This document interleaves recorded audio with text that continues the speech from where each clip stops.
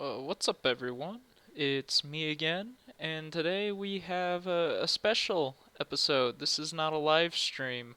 This is a actual pre-recorded, kind of pre-scripted tutorial video in 3ds Max.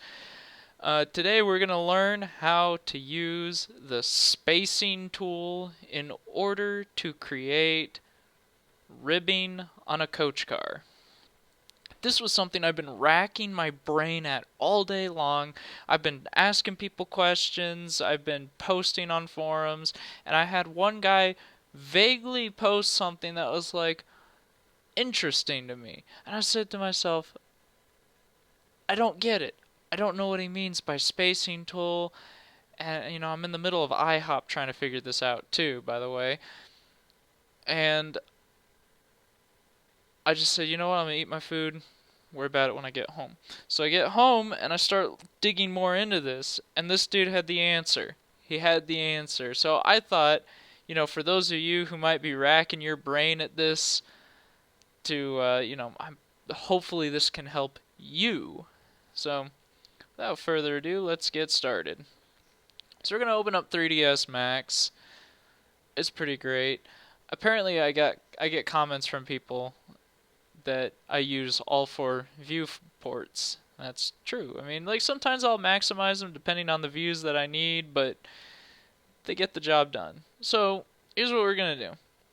We're gonna mimic an Amfleet coach car real quick, cause that thing is just covered in ribbing. It's absolutely ridiculous. So we'll start out here. We'll just use the line tool. And again, this isn't to be prototypical by any means. It's just to,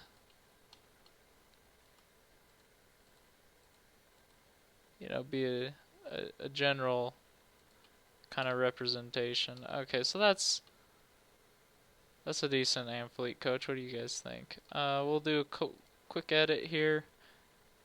I should have just done this and then mirrored it, but is what it is. What do I want to do here? Yeah, we'll do this. Vector, pivots, clone.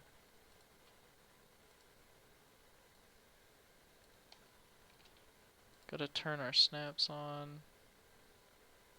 So, this isn't it. Yeah, look at that fat boy. Anyways, we need to attach this. This is just the creation. It's a quick example. I honestly should have done it before I started recording, before I started wasting your time. But I guess this will help show a little bit of the process when you're working with all your stuff. And I'm gonna weld these individually so I don't get any issues. Okay. And now we're going to do extrude. And I'm gonna put this at like 400 feet, because why not? So this will represent our coach body. And if we really want to get fancy with it, we'll go ahead, we could turbo smooth and make a mess of things, but I'm not going to do that. I'm just going to do a, well, that's probably why I did it. No, that's not why. Oh well, we're not going to worry about turbo smooth. We're just going to do a regular smooth modifier just to, oh yeah. That looks like an Amfleet. I'm gonna just do individual. I didn't really think this whole thing through, except for the process, so we'll just do that. There. There's our Amfleet coach. It's a coach car, guys. Trust me. I know what I'm doing. And basically what we're gonna do, and this really highly depends. So on my Horizon coach car, the ribbing or the corrugations on the roof, they don't cover the entire roof. They don't cover the entire body. So you only need to do like part of it. So with your snaps turned on, we're going to do half of the coach. And we're just going to do about that much. Don't close off the spline. This is your path. And you can just put it right there on the edge. We can do that. And then we can hide our selection right here. Next thing we're going to do is we are going to create the corrugation. Typically, corrugations would look something like this. But with the method that we're using, the coach body is going to act as this centerpiece of the corrugation. Because, if you go too detailed with it, it becomes a mess. So you could use this method, theoretically, to make the whole roof a corrugation, and then you can worry about welding things. I don't want to mess with that right now, but I want to get this tutorial done. So that's one way of looking at it, but if you want to keep it simple, stupid, just do this. It's really that simple. And then we'll do a couple little adjustments here too, just to show you kind of what's happening. So I'm going to take this here real quick, and I'm going to move it kind of where I'm going to roughly guesstimate where it starts. Probably right about here. That's pretty great right there. So I moved it on the x-axis to a point where, trying to deal with the halfway point on this. This is quick and dirty. Quick and dirty. I'm going to select these two real quick, and you can add a fillet if you want. We'll add one just for fun, just for the heck of it. So there's our fillet. These would be super rounded ones, or you could do it without them. I just want to show you again that this works with pretty much everything that we're doing. So it's pretty simple. We're gonna select this, and we're going to do some pivot editing. So you want to go to your hierarchy tab, and this is where you mess with all your pivot information. Go to Effect Pivot Only, center to, well, you got to select your object first, center to it, and then we're going to bring the snap down to the very bottom of this, because you want that flush with the car body. Otherwise you'll have gaps, and you don't want gaps in this instance. You'll run into some more issues later on with that. And then it looks like our orientation is possibly set right, but more on that later. Because if it messes up, it'll be a great opportunity to kind of show you guys how you can fix some of the issues. So, this is great so far. Go to your toolbar here, go to your Align, and then choose Spacing Tool. And it'll bring up this little dialog here. So now, first thing we want to do is click Follow. You want to select that.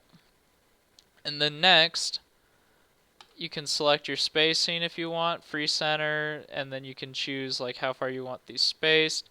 Pick path, and then click on the edge that we created.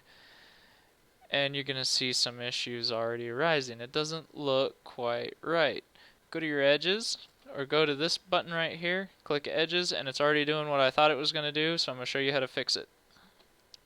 So, we want the corrugations to be orientated just like this one, but if we look in this viewport, they're all on their sides, and that is not what we want.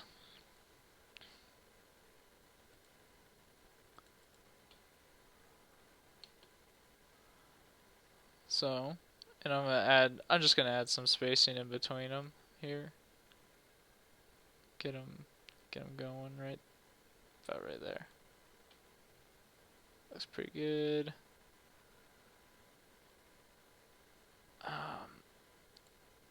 there's a couple discrepancies going on, and it's because of the size that I made this. But typically you won't have to worry about too much of that. But one thing at a time. So let's get our um, orientation fixed. Effect pivot only. Are you going to rotate it upwards 90 degrees so the blue arrow is facing up? Go here, and then there it is. Everything is, well, it likes to hide itself. So I'll do this. We'll do just a little bit of finagling here, trying to get it somewhat right. We can bring down the number of iterations that are going on here. You can also mess with these settings as well to kind of see where it is. Space from start and then continue on.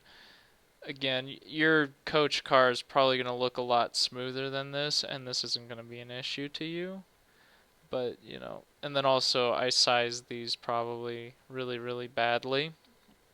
But again, we're going for quick and dirty.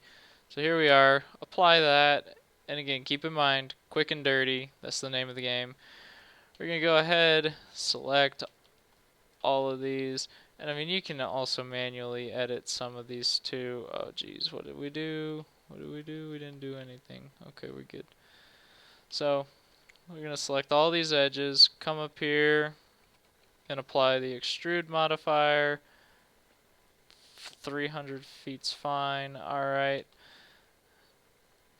So that looks pretty good to me. So we can go ahead, we can delete that. And then I'll select all these, convert them to editable polys.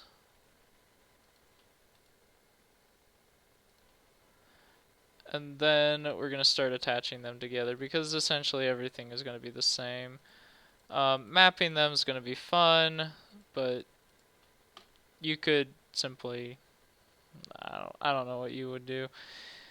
Mapping these is super easy though because they're not complicated geometry.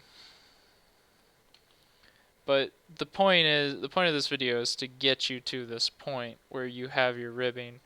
You'll notice everything's black. We need to flip our normals. So come up here, go to normal modifier, click flip, collapse to yes. So everything's also smooth. That's really good. And then we're gonna unhide all, and then it's simple. You just bring this over here. And there you have it. That's how you do your ribbing. Again, it's not perfect by any means. If you want it to be perfect, you could, if you wanted to do some editing. But again, like I said, your models are going to be a lot smoother. They're going to be a lot less choppy. And you're actually going to kind of size things right. Because essentially this would... See how it intersects two faces like that? So it, you know, you could do some adjusting. I'm going kind of quick and dirty with it though, just to get a point across. But you can kind of see now, this is what we're dealing with, and it acts as corrugation. So if you want to get it pretty good, I suggest measuring out each of these center points or the spacing in between and then write that down. So then when you're in your space modifier, your spacing modifier, or your spacing tool, you can set that right here. So if it's 1 inch between each, then you can set that and it'll be perfectly spaced, and then you can just play around with it. That's the big thing. Just play around with this, figure it out. Make sure you have context, edges, and follow selected, and that will get you on the right track. So I hope this video was helpful in kind of teaching you. Again, super quick and dirty. Wanted to get a quick video out there. If you guys have questions, any comments, concerns, go ahead, ask them in the comments below. I hope to maybe do more of these videos, so if you have questions on possible tutorials or suggestions for possible tutorials, hit me up. They're probably going to be quick and dirty. I'm not very good at doing all this stuff. Hopefully that'll improve over time. But again, that's about it. So leave a like, comment, subscribe. Anything helps. Keep me ad free though. That's the big goal. Anywho, night folks.